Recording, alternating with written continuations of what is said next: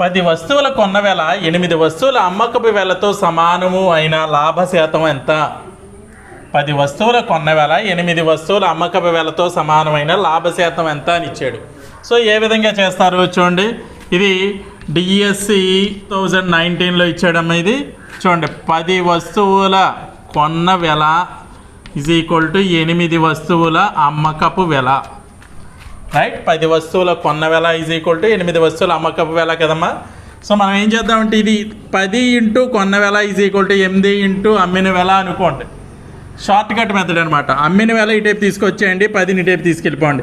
So కొన్న వెల by అమ్మిన వెల ఈజ్ ఈక్వల్ టు 8/10 ఈ టైప్ ట్రాన్స్ఫర్ చేసేస్తే 10. ఇప్పుడు కొన్న వెల 8 అయింది, అమ్మిన వెల 10 అయింది. అంటే డిఫరెన్స్ ఎంతమ్మా మనకి? డిఫరెన్స్ వచ్చి 10 మైనస్ 8 అంటే 2 అవునమ్మా. 10 మైనస్ 8 2 అంటే లాభం 2 వచ్చింది. సో లాభ శాతం ఈజ్ ఈక్వల్ టు లాభం బై కొన్న వెల ఇంటూ 100.